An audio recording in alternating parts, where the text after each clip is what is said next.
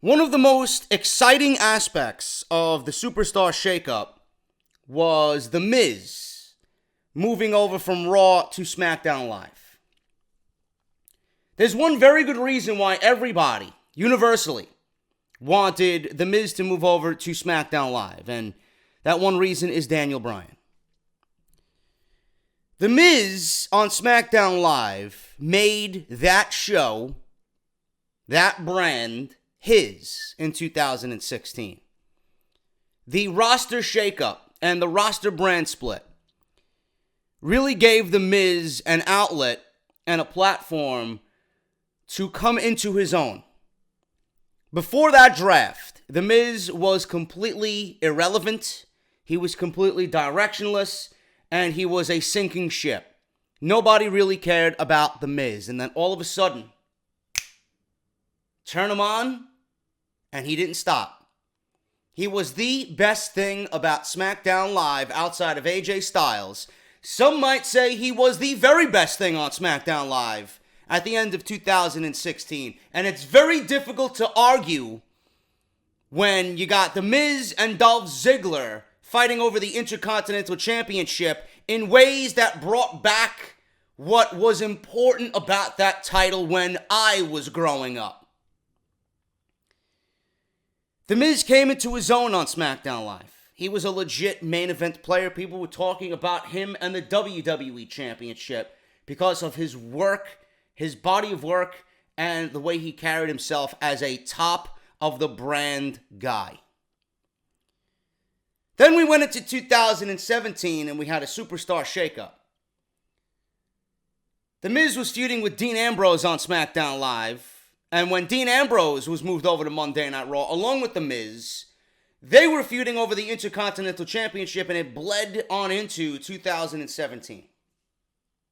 Not something I was really intrigued with to begin with, and it's not something that I wanted to see carry over from one brand to the other, especially after it was done with, right before Dean Ambrose got in with the WWE Championship title picture.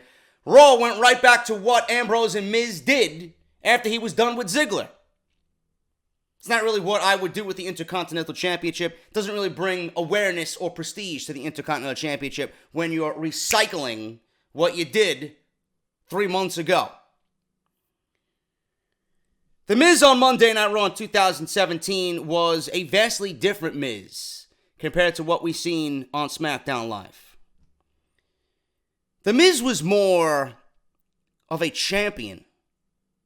The Miz was more on his own on SmackDown Live.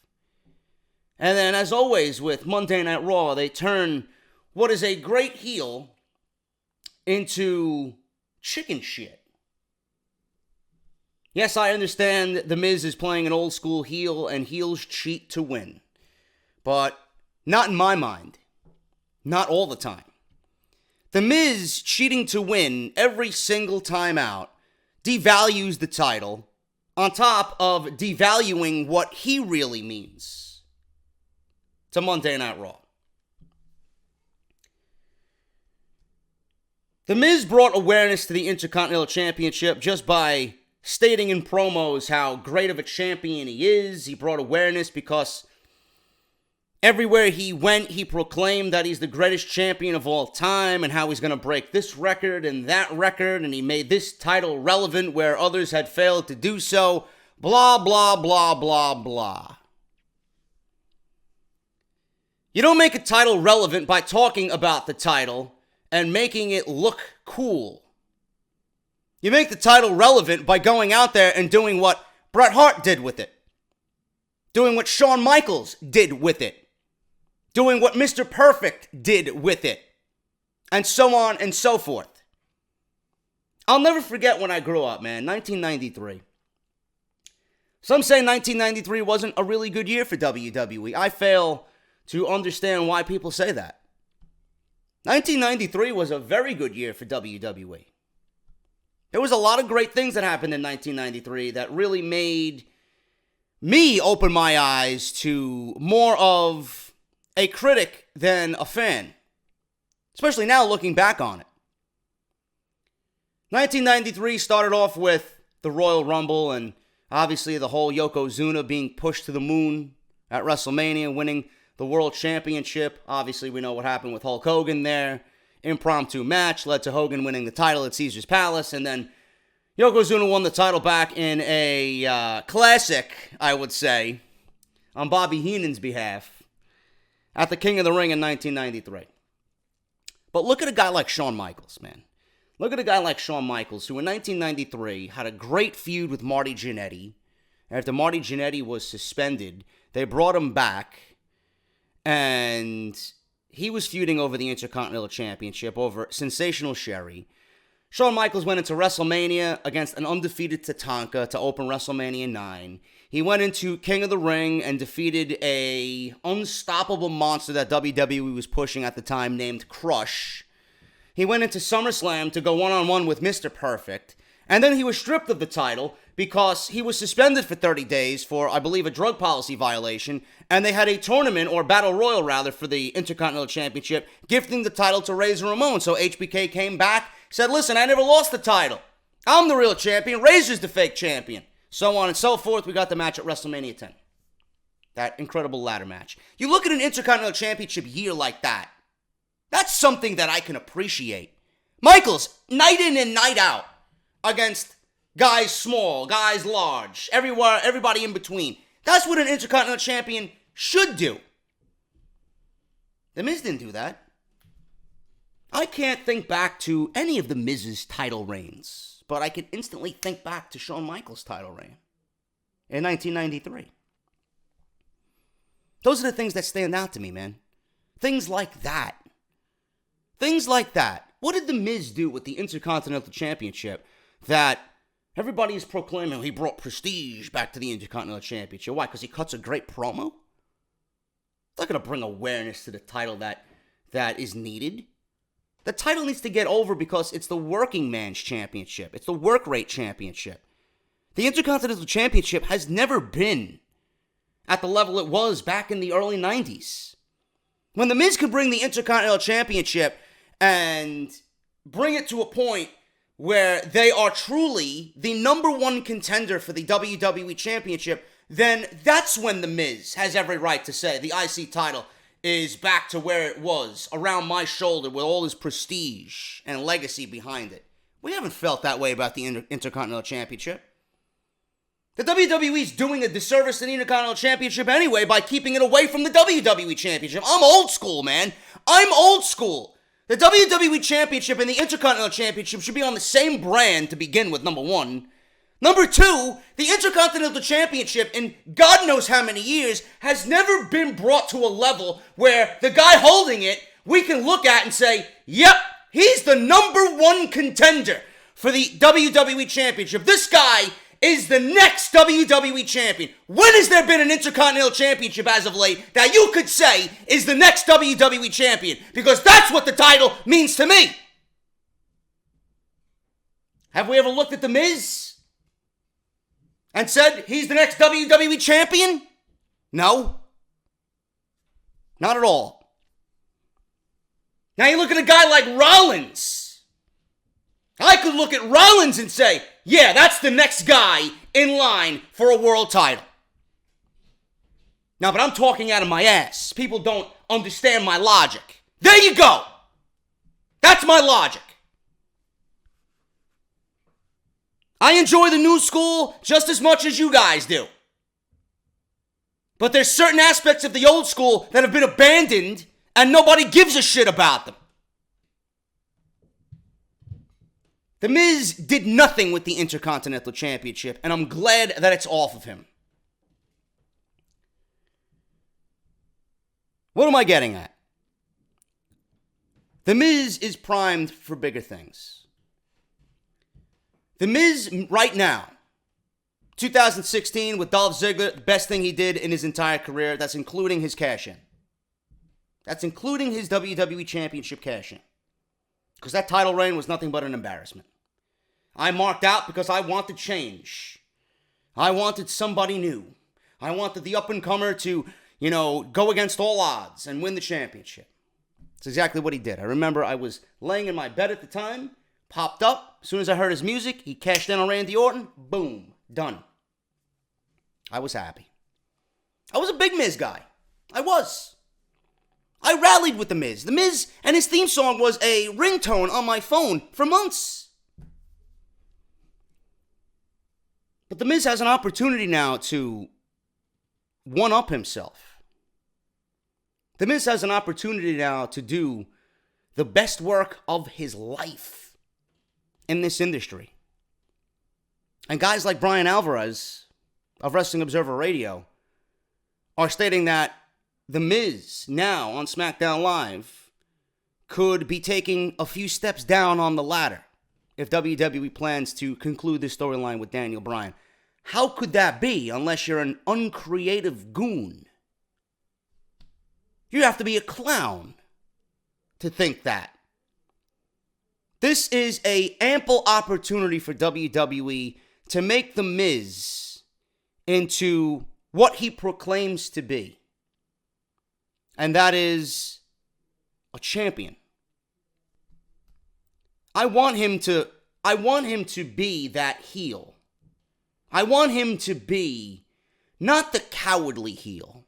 The Miz is too good for a cowardly heel. The Miz is way beyond that. I don't want to see the same Miz we've been seeing for the last year and a half. I want to see a new Miz. I want to see a Miz that will do anything in his power to take what is rightfully his after 11 years of service in WWE. Now that Daniel Bryan is no longer general manager of SmackDown Live, we have Paige taking his spot. He's returned to action full-time. What Daniel Bryan's situation means, and what WWE did by moving The Miz over to SmackDown Live, it makes everything much more intriguing. With Bryan back as a superstar and not an authority figure, he's eligible to be selected, as a guy to carry SmackDown Live once again, along with AJ Styles. Now, Dave Meltzer of Wrestling Observer Radio and Bryan Alvarez, collectively, have been discussing possible implications with this shakeup that we just seen. There are some big names out there that Bryan could feud with. There are big names out there that I'd much rather see Bryan feud with now over The Miz. Andrade Cien Almas, Samoa Joe, AJ Styles, Shinsuke Nakamura. 4 off the top of my head. Well above The Miz right now. The Miz would be definitely on the bottom of that list. One of the most popular choices, though, amongst everybody is The Miz. Clearly, he's a perfect fit as their story goes back to Talking Smack and that Talking Smack promo. So it would be a good way for the company to come back full circle and have two men embroiled in a rivalry together, which I appreciate when storylines come full circle like this and conclude. Well, it could happen, and it will happen because they've already addressed each other on social media. We've seen Big Cass attack Daniel Bryan for no reason upon his return after injury. One is to say that he might be aligned with The Miz. We don't know yet, and we won't know until we watch SmackDown Live this coming week. According to Ringside News, via the Wrestling Observer newsletter, you could put The Miz and Daniel Bryan in a feud. You could do that. But they say that it's a real waste of Daniel Bryan. You could do it. But both Alvarez and Meltzer don't know how they feel about it right now. It's like that was one of those things that it would be good, but it also takes Daniel Bryan down a level. Once he's at that level, it's kind of like he should be at a level above Miz. I wouldn't mind seeing them have a match, but I would hate to see him bogged down by The Miz. So clearly Alvarez and Meltzer are not giving The Miz any type of respect here on SmackDown Live. They might not be all in with this Bryan-Miz feud. It's because we haven't seen it yet. I think both of their tunes will change when we get full circle or into the swing of things here with this feud. Now, you can see where they're both coming from here in regards to Bryan deserving more elite feuds. Nobody knows how Bryan's time will be on SmackDown Live. Nobody knows how long his time will be on SmackDown Live. He has to go through testing after every match. So WWE might be quick to get a Styles feud out, and a Nakamura feud out, and a Joe feud out, and an Almost feud out. The Miz might not be on the table right now because we don't know how long Daniel Bryan's shelf life will be. However, there's no denying that The Miz is a worthy opponent and feud for Bryan, which is something that WWE certainly needs to book. The Miz has been gold on the microphone for a very long time, while the story there between the two sells itself because there's real life implications in this thing. And that's what started off on Talking Smack. So WWE would be doing them a complete disservice by not continuing the dialogue and the realism that they showed on Talking Smack. It needs to be the same way if WWE plans to continue this. Fans will be hoping Bryan stays on the blue brand during the shakeup, which he did. And a move to SmackDown Live could make things a lot easier for Daniel Bryan. It will be great for Daniel Bryan.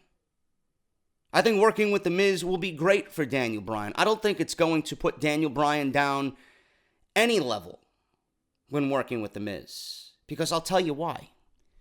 I mentioned The Miz doesn't need to be a cowardly heel. The Miz needs to be a heel in which he takes things that he thinks he deserves. Money in the Bank is a dual-branded pay-per-view. It's a dual-branded pay-per-view this year. I don't know if we're going to have 2 Money in the Bank ladder matches for Raw and SmackDown, and then 2 for Raw and SmackDown on the female side. I don't know. That's way too many ladder matches. I don't want to see 4 ladder matches in one sitting. That would kill my love for the ladder match, which is one of my favorite matches in WWE. WWE treats this as a Royal Rumble-like event. They made it a Big 5. They made it part of the Big 5. It's in the elite of the SummerSlams and the Survivor Series and the Royal Rumbles and WrestleManias. You have 8 men in a ladder match, 4 from each brand. Qualifying matches on each show lead to Chicago. Same thing with the women. And then you build around that. Miz would be one of those competitors in the ladder match on that Sunday night. And The Miz would win the ladder match because of Big Cass. Not only does it get Big Cass heat, but The Miz stole a victory and he got the ladder match won because of his new bodyguard, Big Cass. Miz would go on to cash in the Money in the Bank briefcase against a Shinsuke Nakamura, because I fully expect Nakamura to dethrone AJ Styles as the WWE Champion. And this would happen around Survivor Series.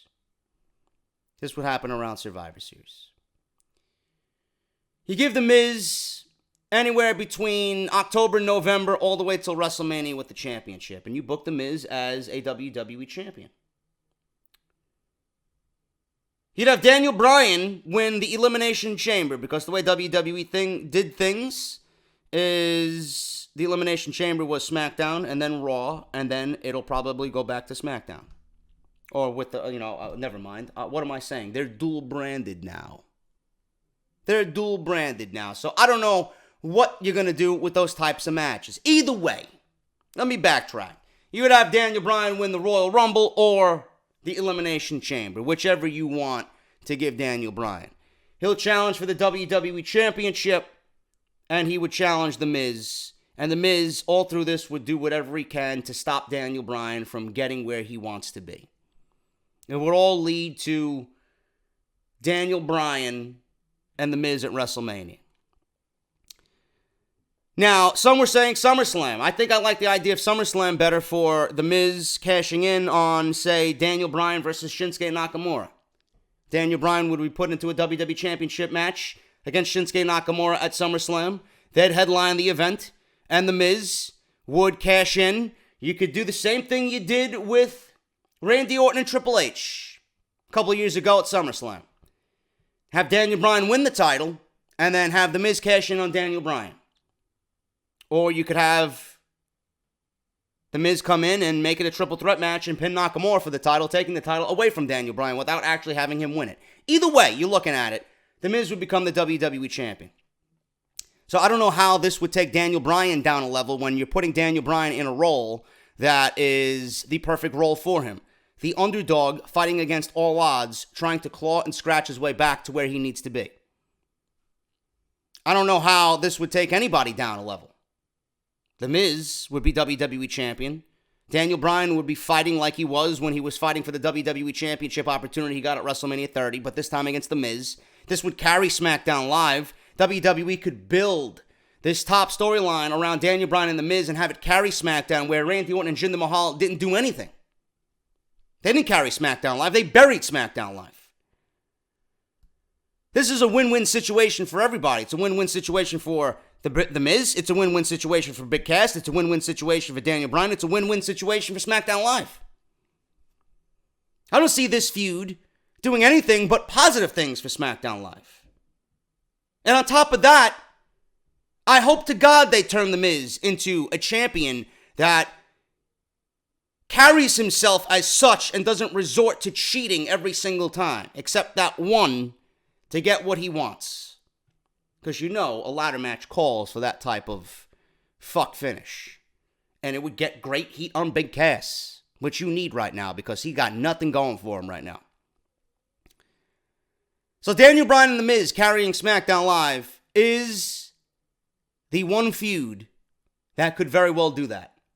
On top of that, Styles, Orton, Joe, Almas, Nakamura, the tag team division, Jeff Hardy as the United States champion. There's no way that you cannot book this show to be successful every single week. You know, out of a scale of 10, out of a rating of 10, SmackDown Live should be delivering nothing but 7+ shows.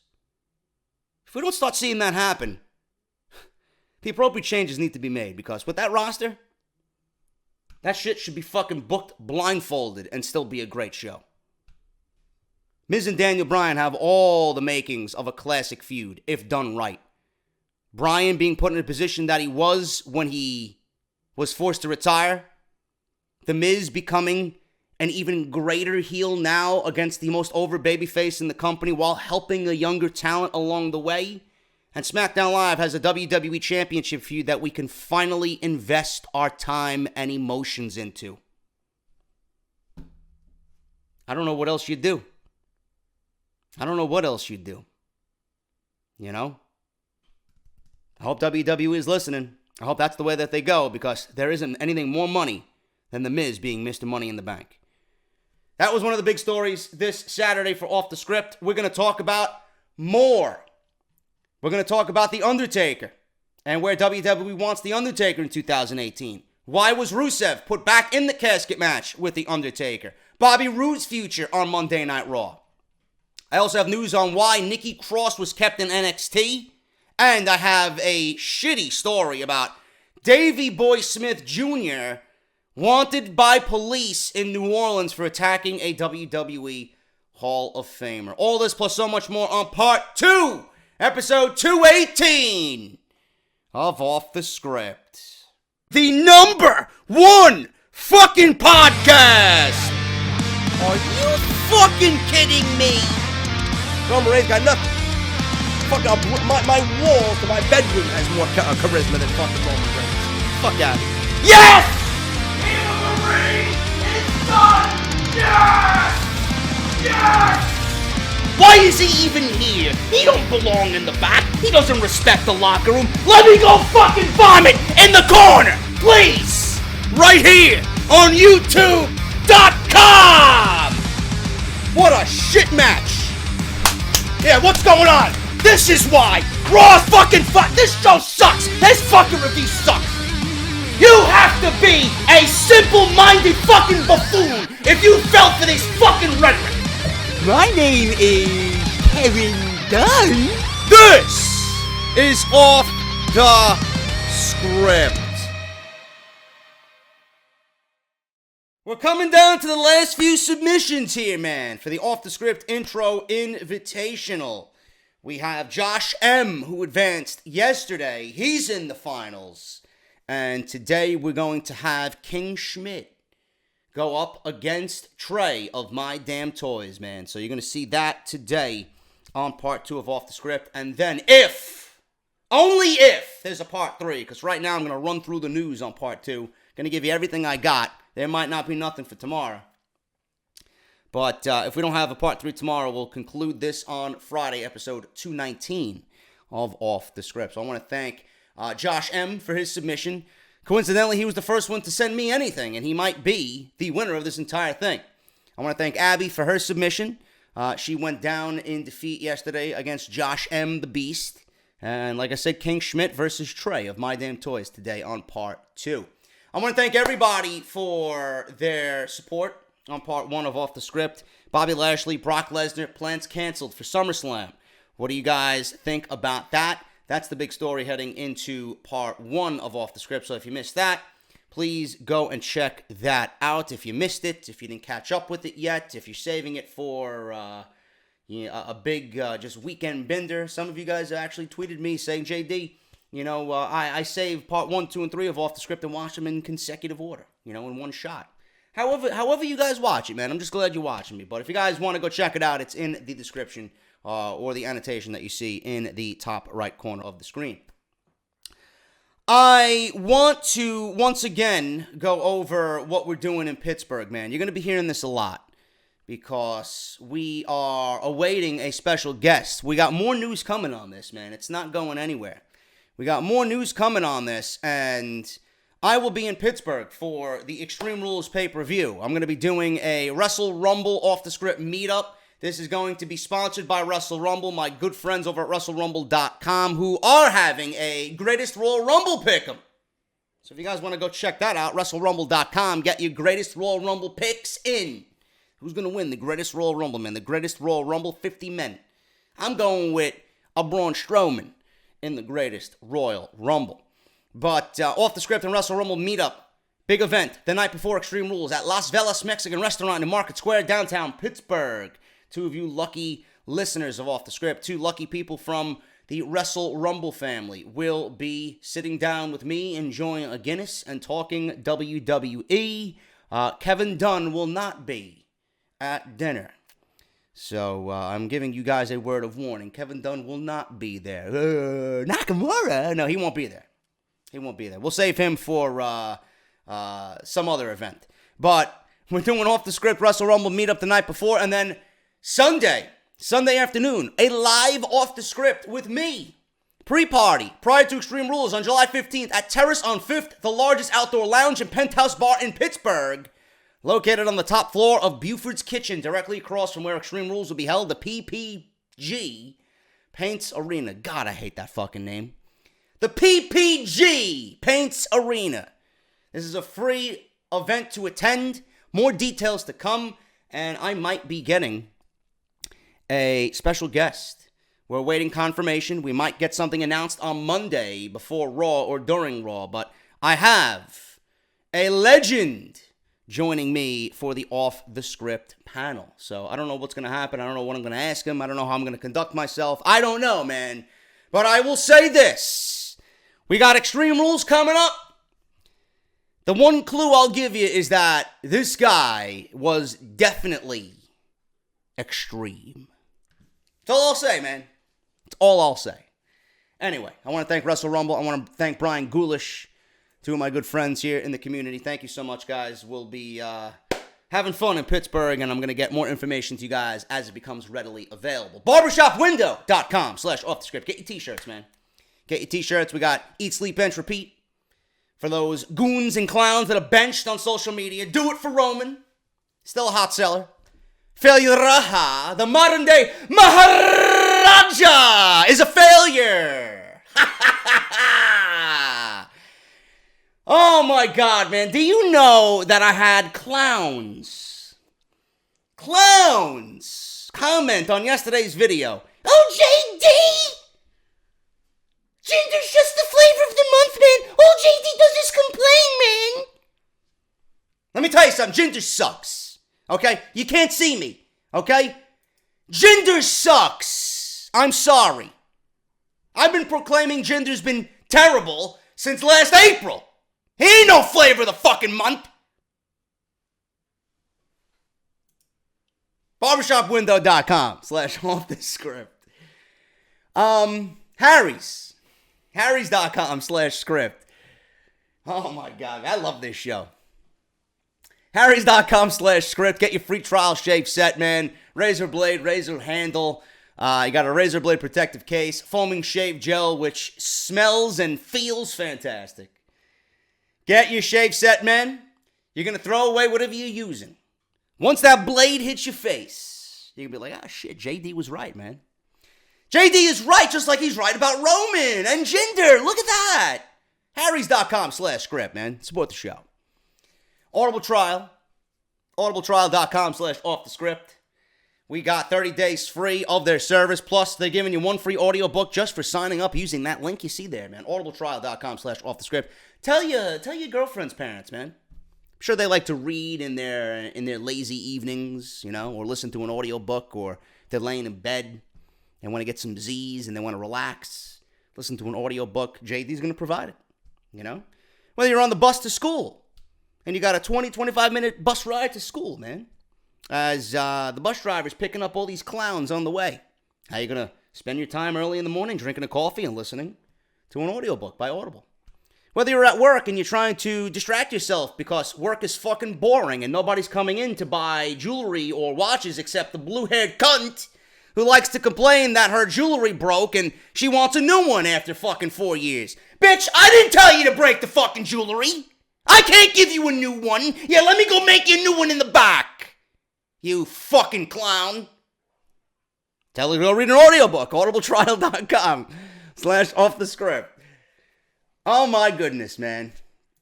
Still waiting for it to get approved. The True Face is finally back. Hopefully by Monday. I'm waiting on Barbershop because, the True Face is finally back and it's not Roman. Sorry, I got something in my throat, man. Daniel Bryan's back. There you go, man. That's all the shit you got to know.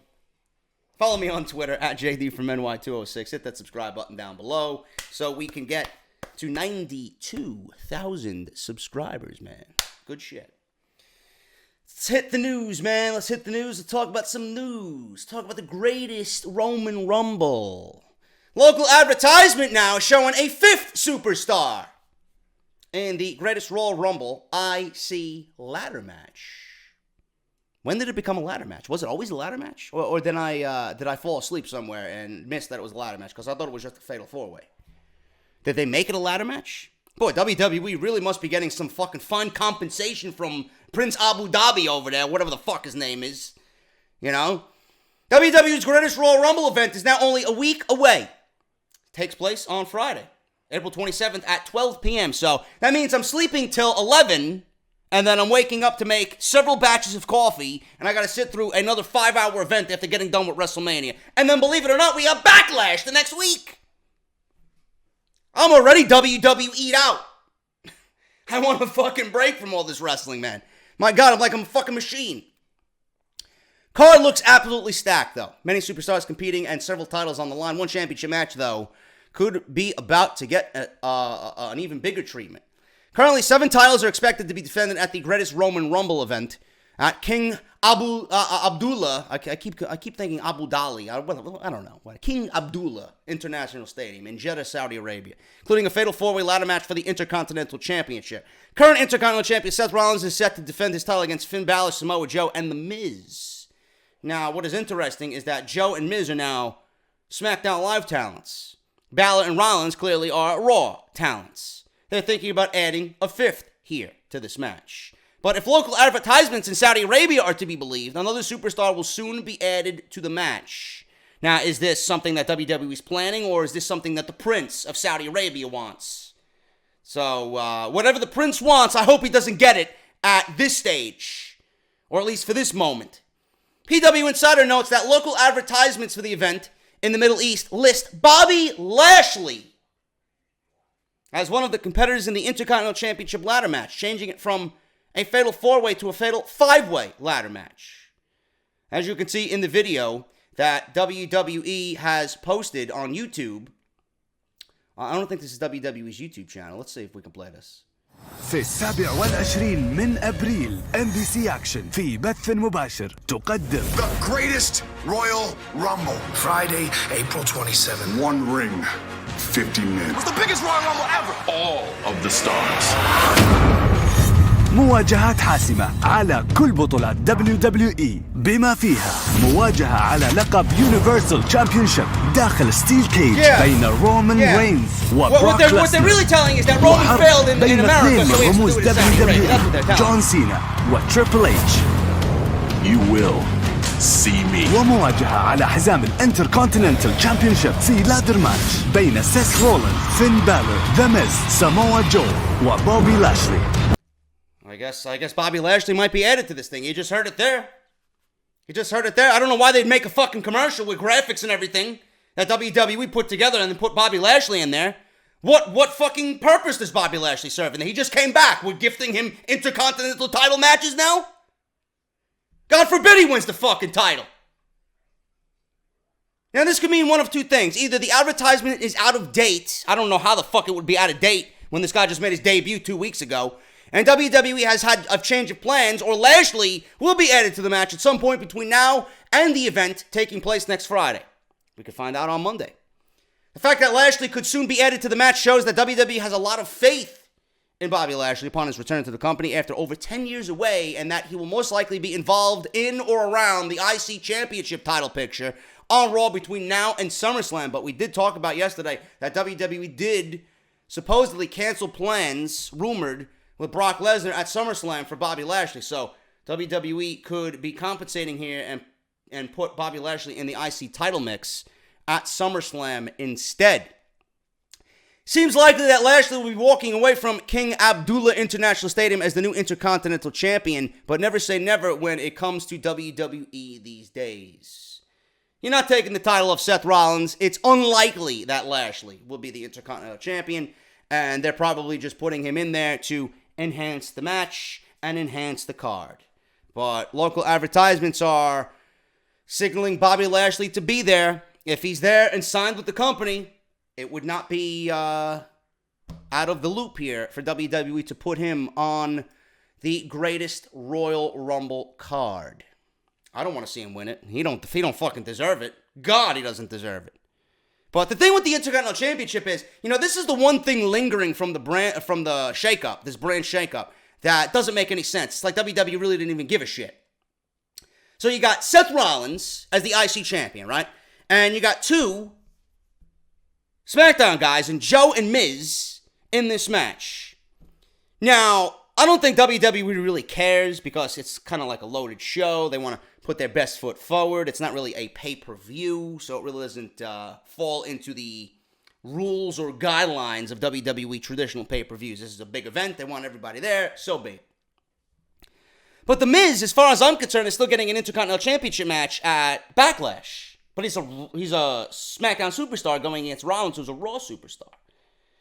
Now, we could see The Miz win the title and take the IC title back to SmackDown Live. And Jeff Hardy, on the same night at the Greatest Royal Rumble, is giving Jinder Mahal another opportunity at the United States Championship. We could see Mahal take the title back to Monday Night Raw. So we could still get those titles switching brands. But the one thing here that really doesn't make sense, Hardy won the title from Mahal. Hardy is on SmackDown, and Hardy will be going up against Randy Orton at Backlash for the United States Championship, because Randy Orton's the number one contender. The Miz is on SmackDown, but he invoked his rematch clause against Seth Rollins, who's a Raw superstar, and The Miz is a SmackDown superstar. So it doesn't make sense there. These are dual-branded pay-per-views. This doesn't mean that it's SmackDown versus Raw. It's Raw matches on the same pay-per-view as SmackDown matches, just to build up the card a little bit more. But this is WWE not knowing how to be creative, and this is the route that they have to go. They got rid of the single-branded pay-per-views, and now they're doing this, which is convoluted and fucking chaotic, and they don't know what the fuck they're doing. But, it comes with positives and it comes with negatives. Too many pay-per-views. The B-level pay-per-views don't really garner that much interest, so they figured fuse everything together. 12 pay-per-views during the year. You feature both Raw and SmackDown talents. Everybody's happy. I don't know, man. I don't know. We'll see how it works out. I would have kept the single-branded pay-per-views and just get behind a little bit more creativity while building to those pay-per-views. and set out the pay-per-view calendar a little bit differently to the point where you don't need 2 pay-per-views in the month on top of a major pay-per-view like a SummerSlam. You know how difficult and ridiculous it is to have a Battleground pay-per-view and then 2 weeks from that, you're going to have SummerSlam? So a brand would typically be building towards Battleground, and then they have to fucking put together 4 or 5 matches for their brand for SummerSlam. We're getting nothing but Battleground rematches anyway. That was the issue with that. There's no creativity. There's no thought behind that. So they think this is going to work. I don't know how well this is going to work, but we'll see what happens. But that Miz-Seth Rollins situation is the only thing lingering from this shakeup that really doesn't make any sense because it's a SmackDown guy versus a Raw guy. I want to see how they work around that, or I want to see the explanation that they give for that heading into Backlash. Ronda Rousey! Destroyed by WWE Hall of Famer in a vicious rant over WrestleMania. Now, I really can't say that this individual is wrong. To each his own. Do you want to express your opinions? By all means, express your opinions.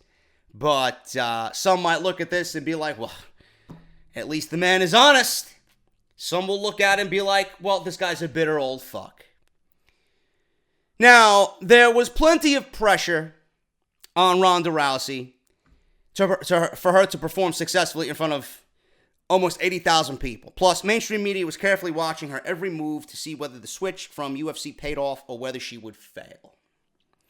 It's safe to say she certainly didn't fail, and she was thrown into the deep end and more than survived. And the fans showed just how impressed they were throughout the match. Some people saying that was the best match on the entire card for WrestleMania. Including when she finally locked in the final armbar on Stephanie McMahon and gave her and Kurt Angle the win. Fans might remember the rumor that was circulating before WrestleMania stating that WWE might have Rousey submit Triple H instead of Stephanie. Obviously, that didn't happen for storyline purposes, and now WWE Hall of Famer superstar Billy Graham has launched a verbal attack on Rousey for that, and also finds it insulting that Rousey is wearing attire in honor of her hero, Roddy Piper, while calling her a jobber.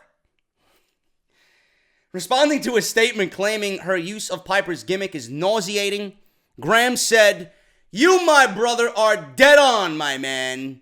I find it a total insult and absolutely reveals that she does not have an original thought in her head. Speaking of jobbers, I read today a quote by Meltzer that shook me to the core. And it goes as follows. There was a rumor going around by WWE officials prior to Mania 34 that Rousey was going to make Triple H tap to her armbar finisher instead of Stephanie McMahon. And it appears the company went with the latter direction, specifically due to storyline continuity, as Rousey continued to attack Stephanie's arm the next night on Raw, whereas Triple H is not a regular on-screen character and has disappeared for now. That's what Dave Meltzer reported. I reported that here too, and I thought that would have been a very cool ending if WWE wanted to give us something different. And the only reason why I said that was because WWE had Ronda Rousey attack Stephanie already on Monday Night Raw, and that was the whole premise of the match, her getting her hands on Stephanie. So when WWE gave that away on Monday Night Raw already 3 weeks before Mania, I figured, you know what? Having Ronda Rousey, tap out or injure Triple H's arm would be a little different. I'm not the only one who thought that. But apparently Billy Graham said this in retaliation to that. What?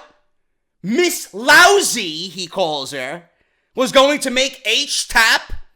This would have been received as well as a cement truck full of pig shit being dumped on Mania 34's fans. God, folks, what is WWE thinking?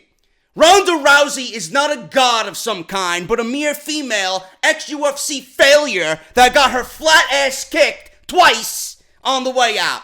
End quote. Mr. Billy Graham, please tell me how you feel, brother. Now, this is nauseating. I demand that you fans respond to this crap that WWE is trying to lay on you by even thinking about her making Triple H tap out. God, this makes me sick. End quote. Those are definitely some harsh criticisms for something that didn't even happen and was simply a rumor at one stage. However, it's clear that everyone, watching that Rousey was anything but a failure in the UFC by helping put women's MMA on the map. That's why her simply appearing at WrestleMania 31 was a massive deal, and her officially signing with the WWE is considered one of the biggest in company history. Despite being a Hall of Famer, this isn't something that's going to sit well with fans that have been hugely impressed by Ronda Rousey. Billy Graham is of an old school mentality, man. He doesn't get what WWE is doing nowadays. When you're in that mindset of being in the old school, nothing that you see on television is going to please you in any way.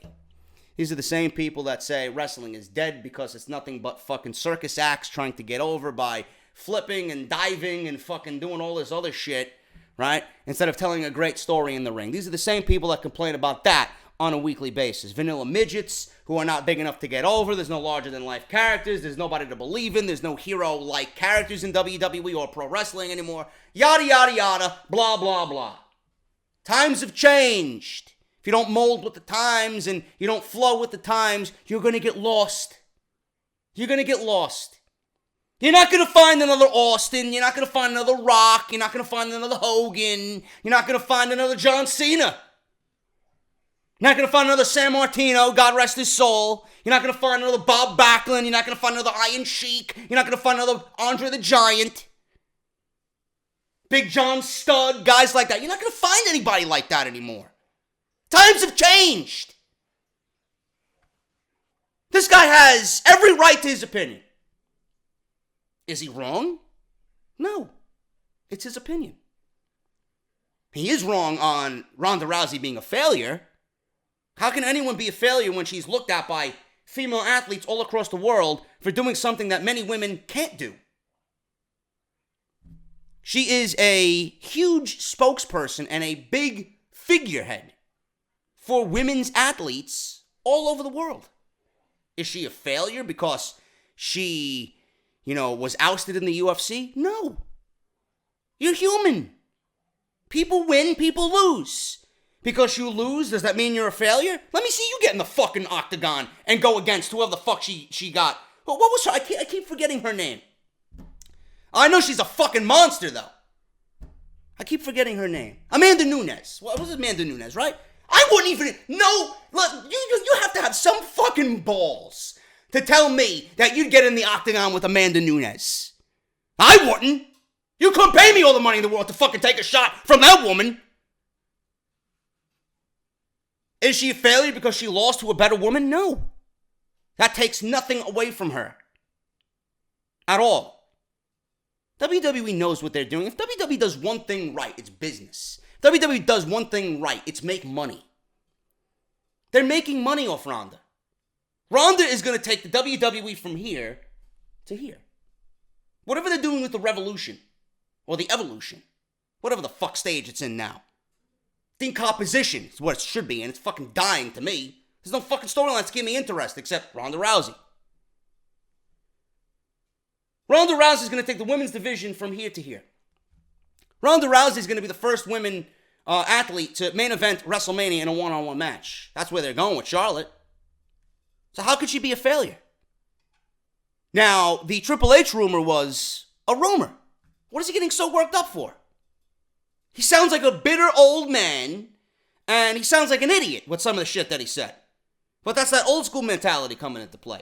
You either jive with the times and you mold with the times, or you get left behind. Superstar Billy Graham clearly has been left behind. These are the same people that fucking say Ricochet is garbage and Will Ospreay's a fucking circus act and, Kenny Omega is fucking overrated and all this other shit. Yeah, sure. No, because you weren't doing that back in the day doesn't mean that wrestling is still not an art today. There's many forms of art. What Superstar Billy Graham and what his accomplices and his colleagues did in his time was art for that day and age. Our art in 2018 is being painted by guys like Omega and Ospreay and Ricochet and guys of that nature. Who the fuck are you to shit on whatever these guys are painting? If you don't like it, don't fucking watch it.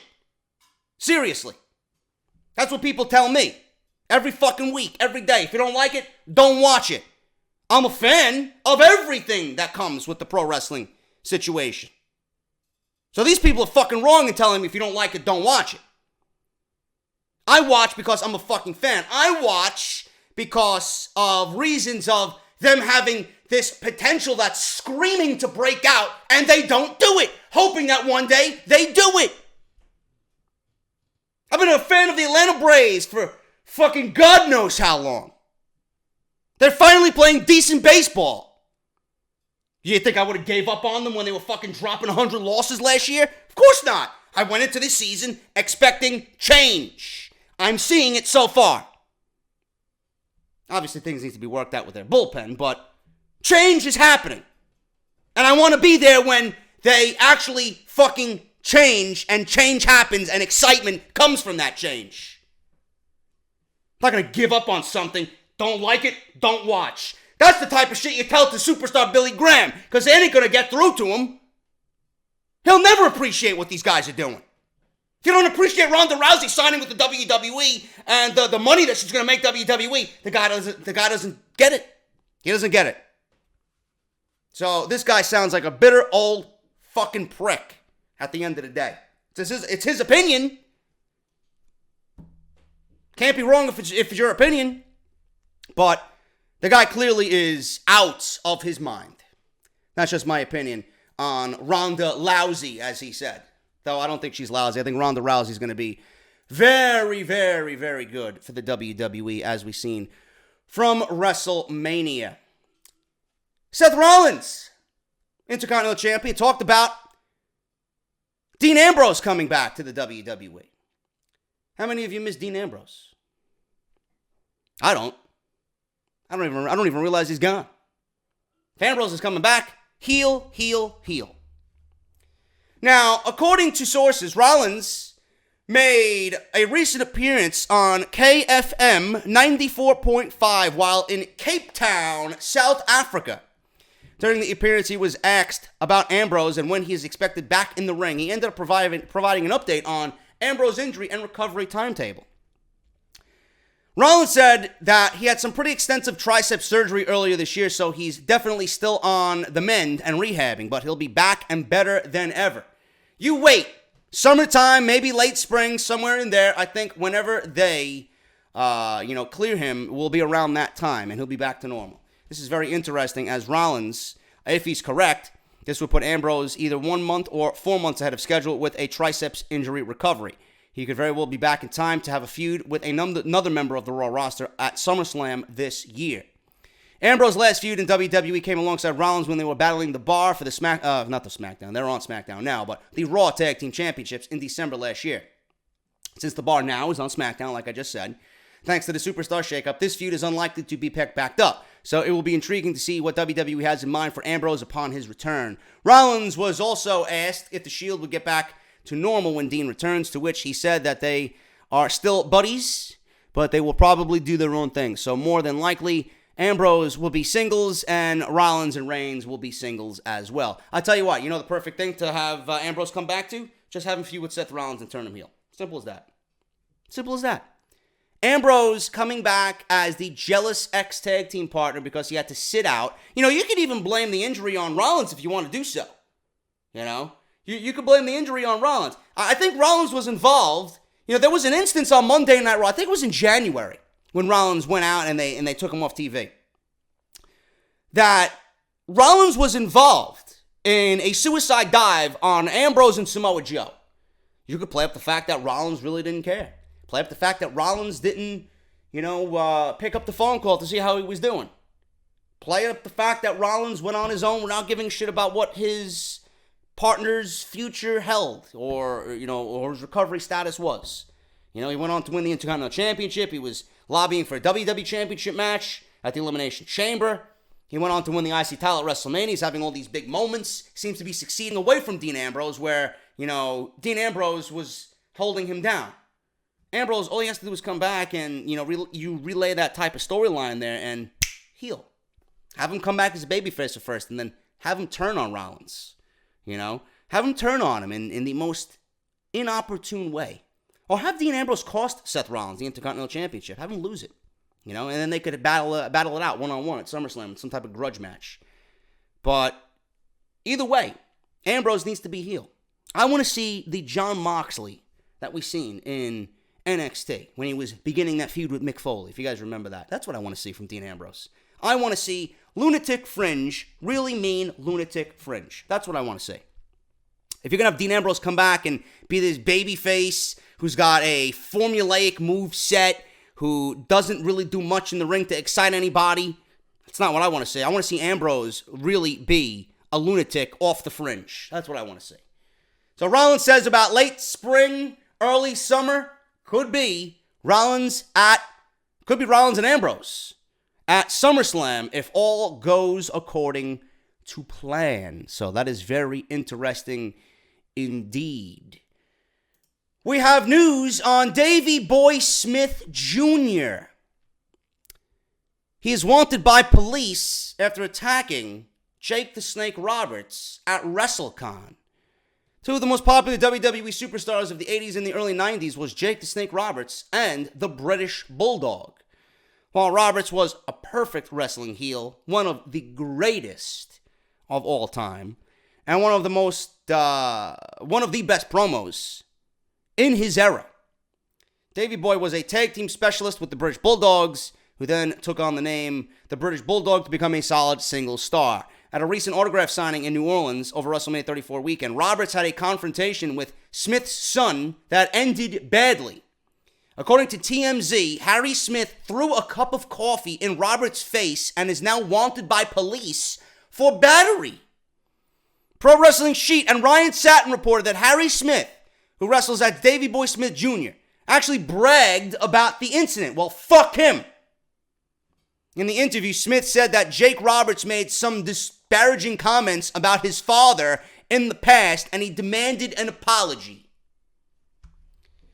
So, Jake, who said things in the past while he was clearly influenced and battling his own demons, a man who changed his life around to become sober and clean, and has been on the right track ever since. You're going to pick an argument with him now over disparaging comments that I'm sure he is very apologetic for if you fucking talk to him. Demanded an apology from Jake the Snake. Roberts refused to talk to Smith about what he said because he didn't want to be bothered. It was at WrestleCon. I'm sure it was during WrestleCon. Jake was there for the fans. He didn't want it to be on the floor with everybody watching. Simple as that. That's the way I perceive it. Roberts refused to talk to Smith about what he said, so the youngster challenged Roberts to go outside and fight. At that point, the Snake told Smith to fuck off. And that is when Smith allegedly threw the coffee in Roberts' face. At this point, Roberts' daughter tried to fight Smith, and he said she was trying to start a scene. Oh, well, what, throwing a coffee in Jake the Snake's face isn't starting a scene, though. But his daughter sticking up for her father is starting a scene. Is Harry Smith fucking demented? Really? Harry Smith is currently a star for New Japan Pro Wrestling. He works in a tag team with Lance Archer, known as the Killer Elite Squad. He was anything but elite on this night. However, the new legal problem could keep him from traveling to Japan to compete if it isn't settled. TMZ reports that the New Orleans Police Department is investigating the incident. Police told TMZ that Smith is wanted for battery due to throwing the coffee in Roberts' face. The fact that Smith, 32 years of age, actually confessed to the incident in his interview will make it tough for him when he eventually turns himself in.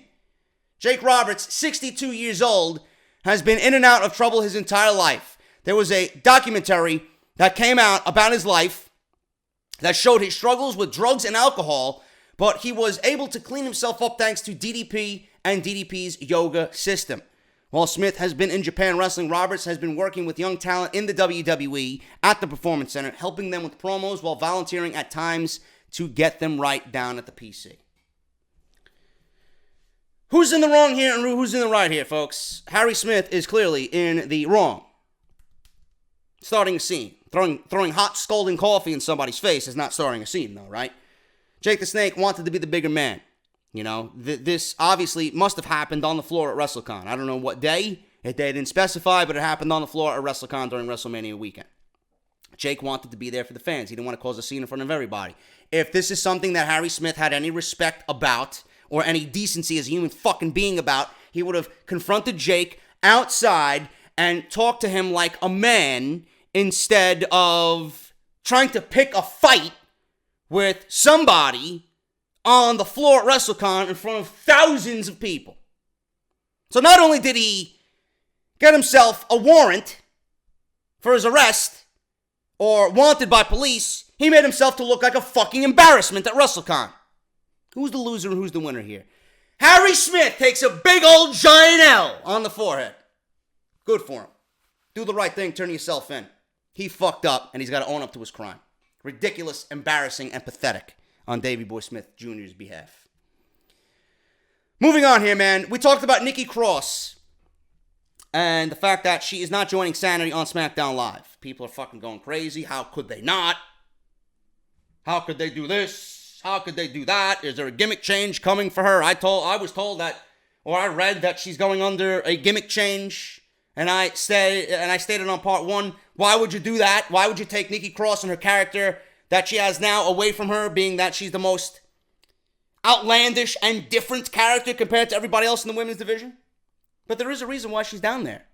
And it's a reason that makes complete sense. Why did WWE keep Bayley in the women's division so long? When Becky, Charlotte, and Sasha Banks were called up. Why did they keep Bayley down there? Why did they keep Asuka down there a year extra? It's because they were needed. The women's division didn't really have anything. They needed an anchor for that division while others were being built up around them. And NXT wanted to get those other women around Asuka to a point where they could be at an Asuka level and then move Asuka to where she needs to go. Same thing was happening with Nikki Cross. Superstar Shakeup looked to be a win for SmackDown Live. Everybody says they won. They didn't win anything until Creative shows me that they're real winners. When they got several top stars, including Joe, Hardy, Almas, Vega, and Sanity. During a vignette that aired on Tuesday night, it was announced that Sanity will be heading to SmackDown Live. They specifically featured Eric Young, Killian Dane, and Alexander Wolf. Nikki Cross, the female member of the group, was not featured. This has led to all sorts of speculation online. One theory that was thrown around was that perhaps they wanted to give her a debut as Sister Abigail. Yeah, 3 years too late for that. We mentioned about that as well, or we talked about that as well. Actually, this is not the case at all. According to the latest Wrestling Observer newsletter, she was simply held back in NXT because she needs to help out with the female roster. It makes sense to keep her in NXT right now because they've lost Ember Moon, Billie Kay, and Peyton Royce. Billie Kay and Peyton Royce weren't doing much of anything on SmackDown on NXT. They weren't even featured. Ember Moon was the champion. She lost. She got moved up. WWE has a plethora of talent in NXT that we don't even see. And they have another Mae Young Classic coming, which most of those women will be signed to the PC anyway. So it's not before long we're going to see Nikki Cross on the main roster. She belongs there. She deserves to be there. She's one of the best female workers in the company.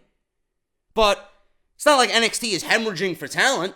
Shayna Baszler, Dakota Kai, Bianca Belair, Kairi Sane. That is a good 4. Lacey Evans has been featured a lot more. You know? WWE has that, what's her name? I forgot her name. That long, tall Australian blonde that they signed. I forgot her name. She used to play soccer in Australia. Or another New Zealander. You know, I forgot her name. But she looked good in the Mae Young Classic. They signed her. You know? WWE looking at Tessa Blanchard to come on in. They were scouting talent from WrestleMania weekend. They're already scouting talent from WrestleMania weekend for the Mae Young Classic. Who's to say we don't get Piper Niven back in the WWE signing a contract? We don't know when Toni Storm's obligations with whatever she's doing, is up. WWE is going to refill the women's division. They got tag teams. They got a solid roster on NXT for the men's side. The Mae Young Classic is going to replenish that. It'll be soon before we see Nikki Cross on the main roster. It's going to happen. But right now, she's needed down there to kind of offset the Ember Moon spot and her moving to Monday Night Raw. So everybody's just flipping out for no reason. And that's the reason that they gave on the Wrestling Observer. And I'm going to end there, man. I'm going to end it right there because I want to have a part 3. and I'm going to save some stories and hope that something breaks on Saturday. Sometime today, so we have a couple more stories here for part 3. I want to save these because it's a lot of Undertaker news. 2 Undertaker stories.